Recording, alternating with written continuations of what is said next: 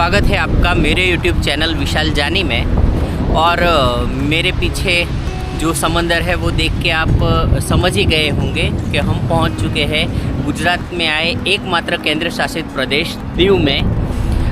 दीव की अगर डिस्टेंस की बात करें तो अहमदाबाद से तकरीबन ये 400 किलोमीटर पड़ता है। वहीं अगर आप बम्बई से आ रहे हैं या उससे सूरत से आ रहे हैं तो बम्बई से तकरीबन ये 700 किलोमीटर तक हो जाएगा। दीव जैसे कि हम सब जानते हैं कि एक केंद्र शासित प्रदेश है। और अभी मैं जहाँ पे खड़ा हूँ इस जगह का नाम है घोघला बीच। चलिए घोघला बीच आपको पहले अच्छे से दिखा देते हैं, उसके बाद में घोघला बीच के बारे में भी थोड़ा जानने की कोशिश करते हैं। घोघला बीच भारत के एक संघ प्रदेश दीव में आया हुआ एक सुंदर समुद्र तट है। यह बीच अपनी स्वच्छता, शांति और यहाँ से दिख रहे व्यू के लिए जाना जाता है। अगर आप कोई ऐसी जगह ढूंढ रहे हैं जहाँ आप समंदर और शांति हो तो यहाँ आप आ जाइए।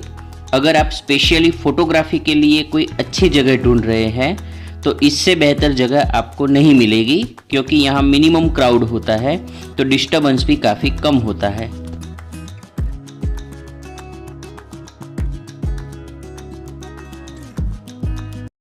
वैसे इसे ब्लू फ्लैग बीच का भी जो सर्टिफिकेशन है वो मिला हुआ है।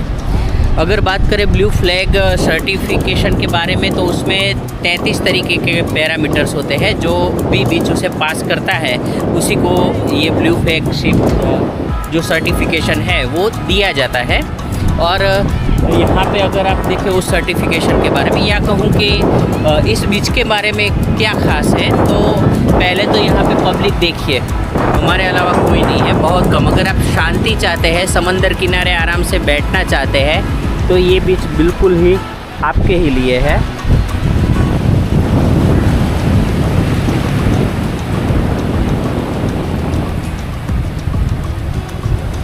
वैसे इस बीच की जो खूबसूरती है वो देखते ही बनती है।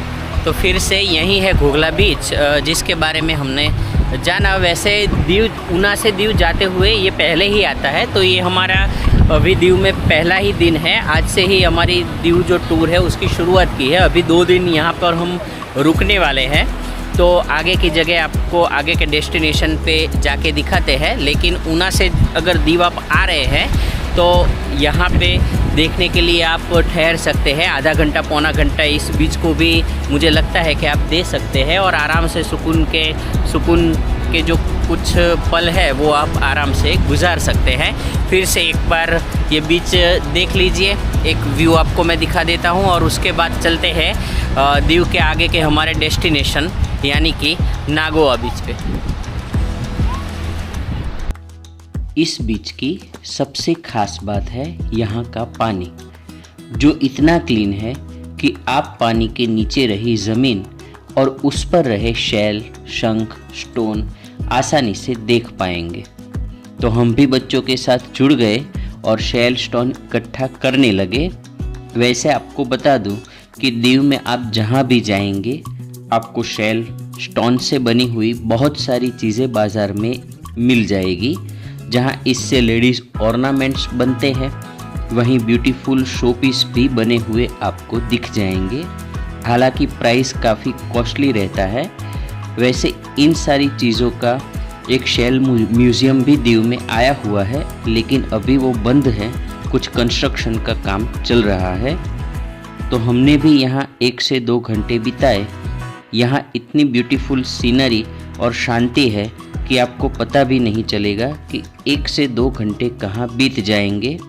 और इस शांति में आती लहरों की आवाज़ इस जगह को और ख़ास बनाती है। मैंने समंदर से सीखा है जीने का सलीका, चुपचाप से बहना और अपनी मौज में रहना।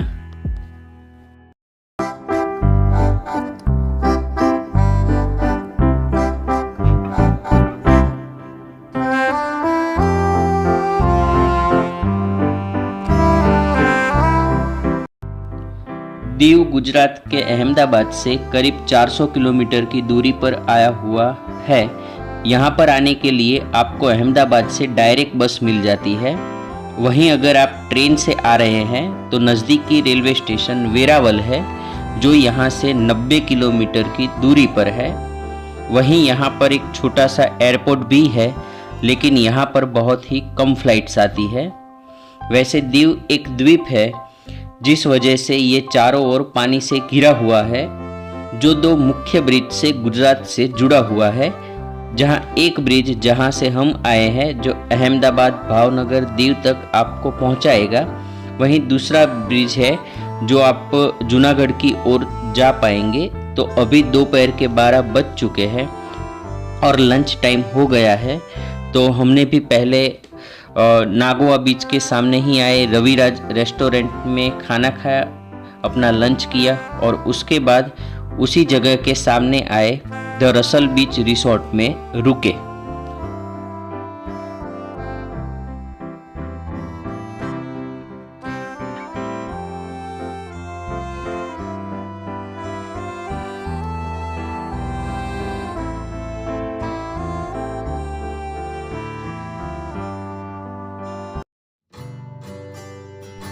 रसल बीच रिसोर्ट नागोआ बीच के बिल्कुल सामने आया हुआ बहुत ही सुंदर सा रिसोर्ट है। मैं भी आपको सजेस्ट करूंगा कि अगर आप दीव में नाइट स्टे करना चाहते हैं तो नागोआ बीच के आसपास ही रुके। इससे बेनिफिट ये होगा कि आप बीच को अच्छे से एंजॉय कर सकेंगे।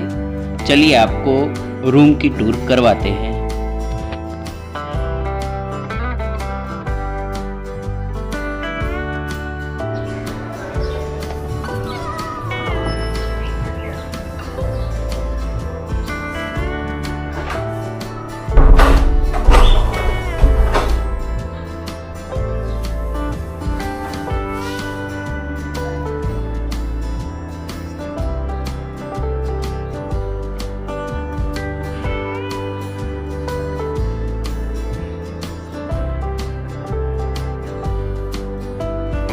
तो हम जहाँ पे रुके हैं ये है रसल बीच रिसोर्ट करके, इसी के सामने जो नागोआ बीच बोलते हैं वो है। और यहाँ इस तरीके से बढ़िया सा रूम आपको मिल जाता है, जिसका टैरिफ 3000 से 4000 तक वेरी करेगा कि आप किस सीज़न में आएंगे। वैसे हमें ये रूम है वो 3000 रुपये के आसपास ही पड़ा था GST के साथ। तो ये रूम आप पूरा व्यू देख लीजिए। अगर आप इंटरेस्टेड है तो यहाँ पे आप ले सकते हैं रूम, और अच्छी जगह है। वैसे लोकेशन वाइज अच्छा है क्योंकि नागोआ बीच के बिल्कुल सामने है, तो अच्छा रूम है, देख लीजिए। तो अभी हम जहाँ पे रुके हुए हैं, हम मेरे पीछे वहीं आप रसल बीच रिसोर्ट देख सकते हैं। और यहाँ से अगर बात करें कि नागोआ बीच, तो बिल्कुल हमारे सामने ही है।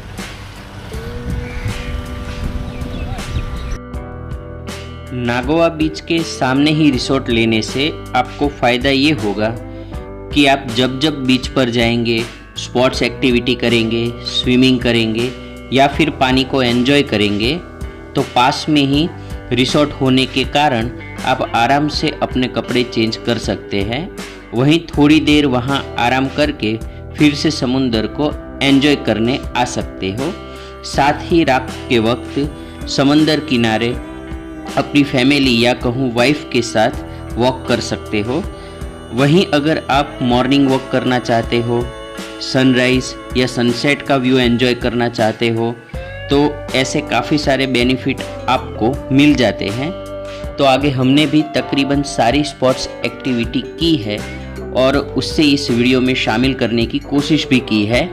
तो कौन सी एक्टिविटी हमको पसंद आई वो भी आपको बताएंगे। साथ में प्राइस के साथ सारी वाटर एक्टिविटी एक्सप्लोर करेंगे, तो उसके लिए वीडियो में आगे बने रहें।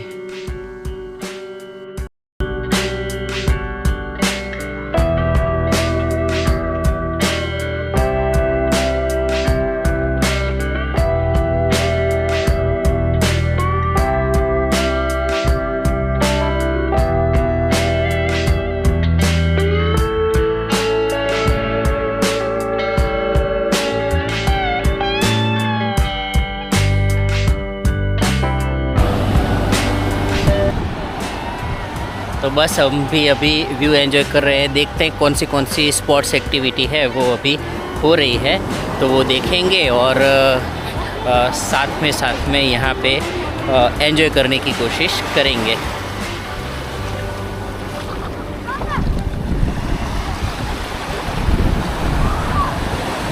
जैसे मैंने बताया था कि अभी हाई टाइड का 1-2 दिन बाद हाई टाइड होगा, क्योंकि पूनम है। तो आप देख सकते हैं कि ज़्यादातर पानी है वो किनारे के बहुत ज़्यादा नज़दीक आ चुका है। देखिए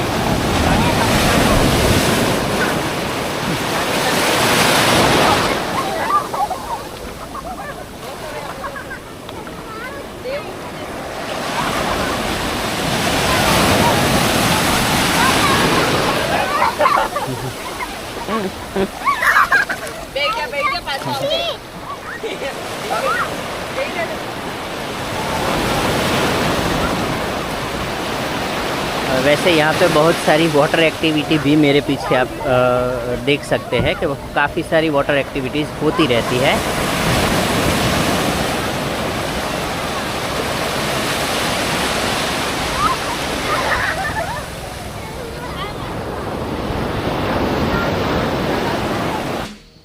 तो चलिए अब बारी है वाटर एक्टिविटी की। तो वाटर एक्टिविटी की शुरुआत की हमने पैरासेलिंग से, जिसके लिए आपको बोट के द्वारा समंदर किनारे से थोड़े अंदर तक ले जाते हैं और वहाँ पे आपको पैरासेलिंग करवाई जाती है, जिसका चार्ज 1200 से 1500 रुपये पर पर्सन रहेगा। अगर आप सारी एक्टिविटी अच्छी तरीके से करना चाहते हैं तो 3 से 4 घंटे का समय लेकर ही जाइए।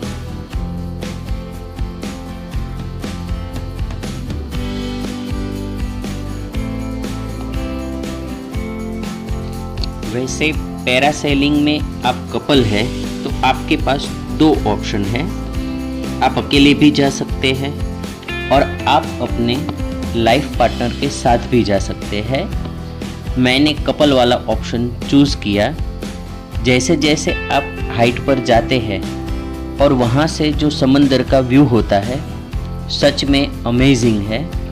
भले ही आपने पैराग्लाइडिंग की हो, लेकिन ये एक्सपीरियंस कुछ अलग ही था। चारों ओर नीला समंदर और पक्षियों की तरह ऐसे समंदर के ऊपर हवा में उड़ना, सच में इस एक्सपीरियंस को मैं शब्दों में तो बता ही नहीं सकता। लेकिन फिर भी अगर एक वर्ड में इसे डिफाइन करूं तो लाइफ लॉन्ग ग्रेट एक्सपीरियंस, क्योंकि यह जो एक्सपीरियंस था मुझे नहीं लगता लाइफ में कभी भूल पाऊंगा। और वहीं अगर आपका लाइफ पार्टनर उस वक्त आपके साथ हो तो एक्सपीरियंस और भी ग्रेट हो जाता है। वैसे मुझे एक कैमरा ऊपर भी ले जाना चाहिए था, क्योंकि वहाँ से जो व्यू था वो मैं आपको ज़रूर दिखाना चाहता था, लेकिन सॉरी फॉर दैट। अभी तो आप इस वीडियो को एंजॉय करें।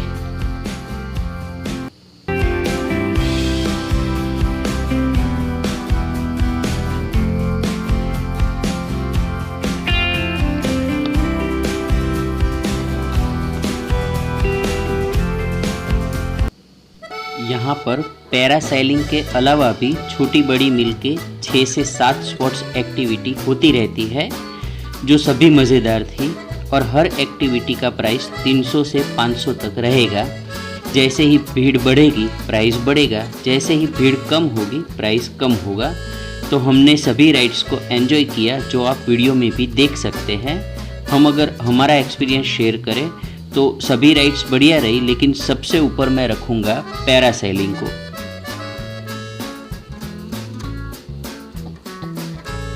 चलिए बात करते हैं वाटर बोर्ड स्कीइंग।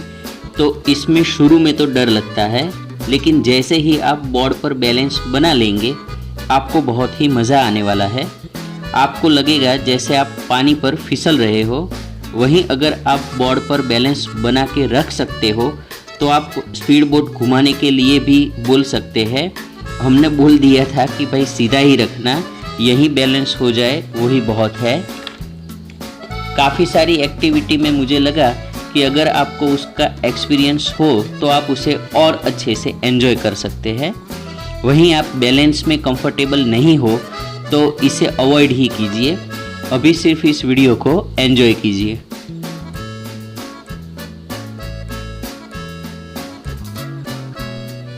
चलिए अब बात करते हैं बनाना राइड के बारे में। वैसे शुरुआत में तो मुझे लगा कि बहुत ही सिंपल है, आराम से बैठना है और समंदर और उसके आसपास के व्यू को एंजॉय करना है, बस वेरी सिंपल। लेकिन इसमें भी एक ट्विस्ट था, जो वीडियो आखिर तक देख लीजिए, आपको पता चल जाएगा।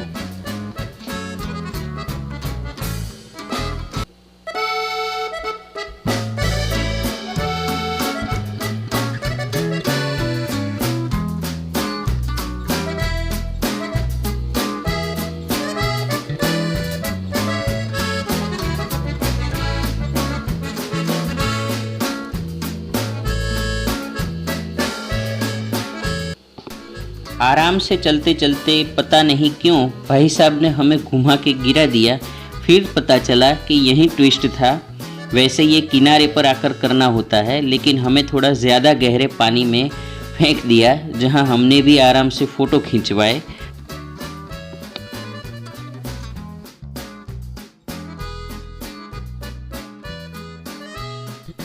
अब बारी है जेट स्की की। तो पहले ही बता दूं कि इसके प्राइस काफ़ी वेरी करेंगे, 500 से लेकर 1000 तक पर पर्सन। और जेट स्की हमने पहले भी की हुई थी और उसका एक्सपीरियंस अच्छा रहा था। यहाँ भी जेट स्की में हमें मज़ा आया, खासकर पानी पर लगता है कि जैसे हम चल नहीं दौड़ रहे हैं। और जेट स्की वैसे 2 से 3 मिनट का रहता है और आपको सच में मज़ा आएगा, तो इसे अवश्य ट्राई करें।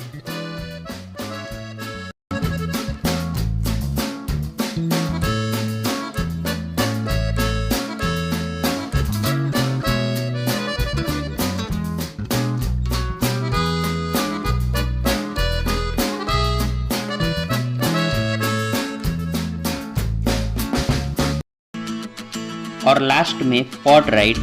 ये लास्ट राइड थी, पर सबसे ज़्यादा मज़ा इसी में आया। और क्यों, वो आप देख लीजिए। वैसे जैसे जैसे वो पॉट स्पीड में घूमता है, उतना ही ज़्यादा मज़ा आता है। वैसे आज से पहले मैंने ऐसी कोई एक्टिविटी वाटर पे नहीं की थी, तो इसका एक्सपीरियंस काफ़ी यूनिक था और अच्छा भी। हालांकि मुझे इसमें सेफ्टी मेजरमेंट काफ़ी कम लगे, क्योंकि अगर किसी व्यक्ति का हाथ हैंडल से छूट गया तो वो घूम के सीधा पानी में गिरेगा, और वो भी स्पीड से, तो चोट लग सकती है। तो अपने रिस्क और अपनी डेयरिंग से ही इस राइड में बैठे, वरना इसे अवॉइड करें। वैसे अगर आपकी पकड़ मजबूत है और अगर आपको लगता है कि कितनी भी स्पीड हो आपका हाथ नहीं छूटेगा, तो फिर राइड में मज़ा ही मज़ा है।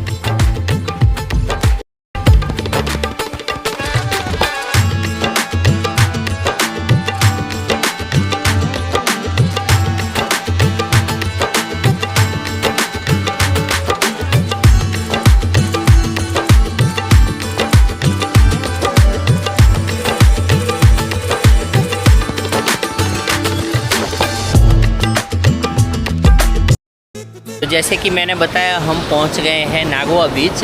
नागोआ बीच है वो, बात करूं अगर तो दीव की आन बान और शान है, क्योंकि सबसे ज़्यादा टूरिस्ट किसी भी टाइम आइए यहीं पे आपको देखने को मिलेंगे। यहाँ से आपको बेसिकली पता चल जाएगा कि दीव में अभी कैसा माहौल है, मतलब कितने टूरिस्ट है। क्योंकि ज़्यादातर टूरिस्ट अभी देखिए दोपहर के तकरीबन 2 बजे हैं और ज़्यादातर टूरिस्ट है वो यहीं पे आपको देखने को मिलते हैं। तो यहाँ बढ़िया सा व्यू भी मिल जाता है, देखिए। और जैसे मैंने बताया कि अभी हाई टाइड का पूरा टाइम है, तो जो प्रेशर है सी का वो भी बहुत ही ज़्यादा है। उसके मोजे जो है वो उछल उछल के आ रहे हैं, उसकी लहरें बहुत ही तेज़ हो चुकी है, जैसे मेरे आगे आप देख सकते हैं एक इस तरीके से। और अभी यहाँ पे देखिए वो, हाँ, किनारे पे अगर आप बैठे हैं तो भी इतना पानी आ जाता है तुरंत ही। काफ़ी बड़ी बड़ी लहरें आ रही है, तो अभी नहाना तो यहाँ पे पॉसिबल नहीं है, नहीं नहा सकते। देखिए आप ये नहीं,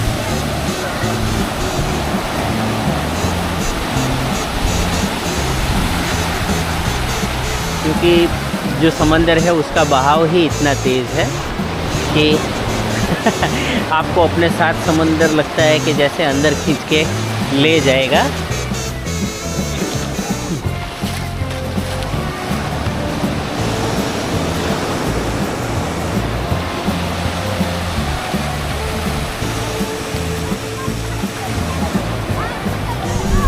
तो अभी हमारी यशवी भी यहीं पे नहा रही है, स्विम कर रही है।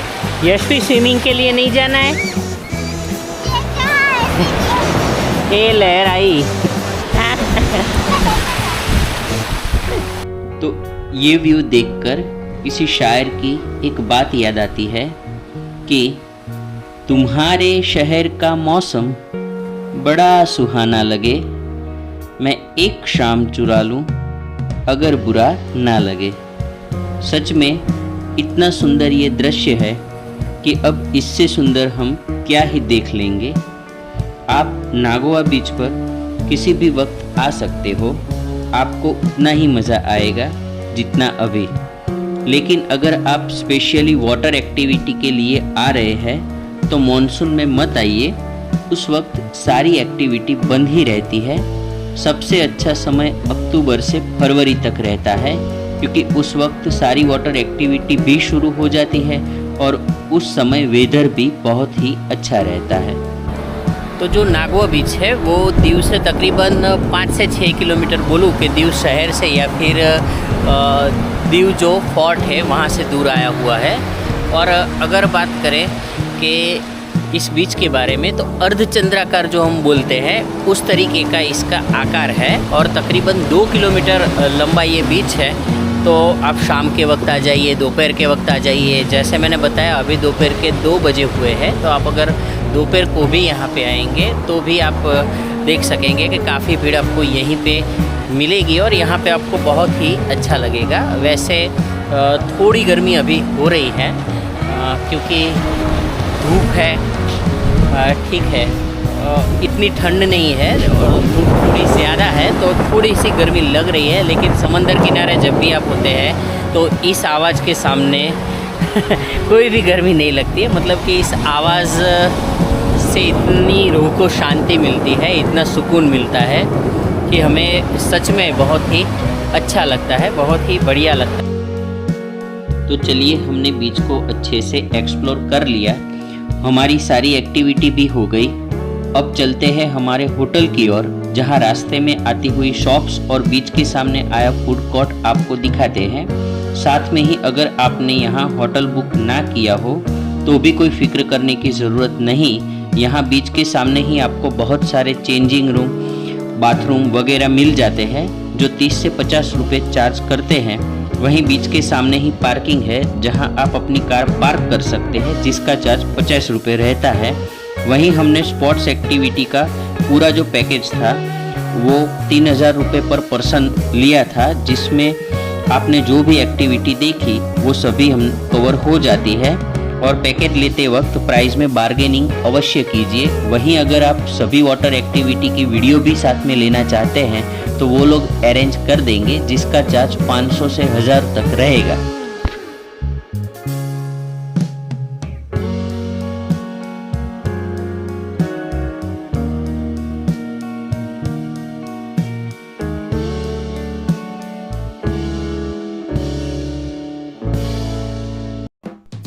जैसे ही आप बीच से बाहर आते हैं, सामने ही आपको फूड कोर्ट मिल जाता है, जहां फूड के काफ़ी सारे ऑप्शन आपको मिल जाते हैं, जहां आप ब्रेकफास्ट, लंच, डिनर कर सकते हैं। और एक ही जगह पे आपको Punjabi, Chinese, south Indian, sandwich, pizza सभी कुछ मिल जाता है।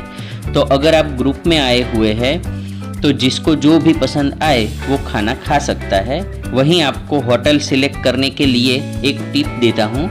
पहले आप मेक माई ट्रिप पे यहाँ पर सामने आए बहुत सारे रिसोर्ट के प्राइस चेक कर लीजिए, लेकिन बुक यहाँ आकर कीजिए, आपको ज़रूर फ़ायदा होगा। ऑनलाइन जिसका प्राइस 5000 प्लस टैक्सेस दिखाएगा वो आपको यहाँ आधे से कम प्राइस में मिल जाएगा। कितनी भी भीड़ हो, यहाँ पर इतने सारे होटल और रिसोर्ट है कि आपको आराम से रूम अवेलेबल हो जाता है। तो वीडियो को आखिर तक देखने के लिए आप सबका धन्यवाद। अगर वीडियो अच्छी लगी तो इसे लाइक और शेयर ज़रूर करें। वीडियो पर कमेंट करना ना भूलें। वहीं अगर आप इस चैनल पर नए हो तो इसे सब्सक्राइब करना बिल्कुल ना भूलें।